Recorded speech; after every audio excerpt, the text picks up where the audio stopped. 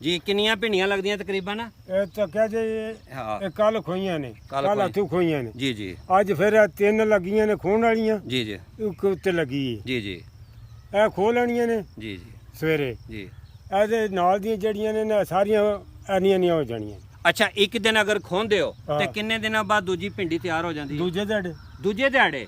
ਇਹ ਅੱਲਾ ਨੇ ਇਹਦੇ ਖੂਬੀ ਪੈਦਾ ਪਾਈ ਹੈ। ਬਹੁਤ ਜ਼ਿਆਦਾ ਬਹੁਤ ਜ਼ਿਆਦਾ। ਜਾ ਇਹ ਤਾਂ ਅੱਛਾ। ਕਹਿ ਜੇ ਸਾਰੀ ਹੂੰ। ਸਵੇਰੇ ਨੂੰ ਨੇ ਇਹਦੇ ਤੇ ਲੰਮੇ ਹੋ ਜਾਣ।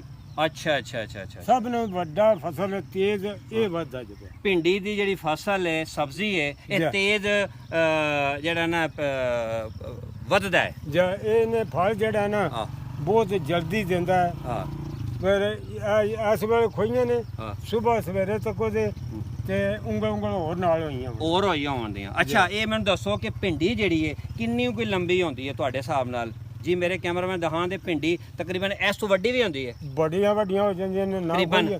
ਨਾ ਖੋਈਏ ਤਾਂ 5-6 ਇੰਚੀਆਂ 7 ਇੰਚੀਆਂ ਵੀ ਹੋ ਜਾਂਦੀਆਂ। 5 6 7 ਇੰਚੀਆਂ। ਹਾਂ ਉਹ ਜੋ ਫਿਰ ਖਾਣੇ ਵਾਲੀ ਨਹੀਂ ਹੁੰਦੀ ਉਹ।